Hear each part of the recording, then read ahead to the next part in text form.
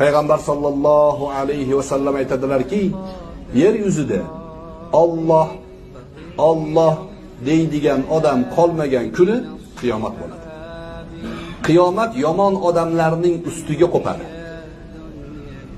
Ba'zi odamlar duo qiladi-yu, nima deb duo qiladi? Dunyo turguncha turginda duo qiladi. Bu duo emas, bu qardish bu. Dunyo turguncha turmaylik iloyo. Vohliroq ketib olaylik iymon bilan. Dunyo kofirlarning ustiga tugaydi.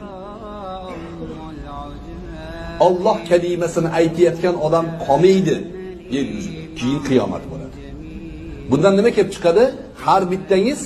Har bittangiz shahodat kalimasini takror qilar ekansiz, qiyomatni to'xtatib turgan odamsiz. Maqomingizni qarang qanaqa katta. Siz shahodat kalimasini aytar ekansiz, juda katta maqsadning ustida turgan odamsiz. Dunyoning pasangisisiz. Tarozini ushlab turgan odamsiz. Siz buzilmang. Siz buzilsangiz butun dunyo buziladi. Chunki zotan dunyo buzuqlar bilan to'lib ozgina mo'minning Allohga bo'lgan ibodati sababli Alloh taolo yer yuziga rahmatini nozil qiladi.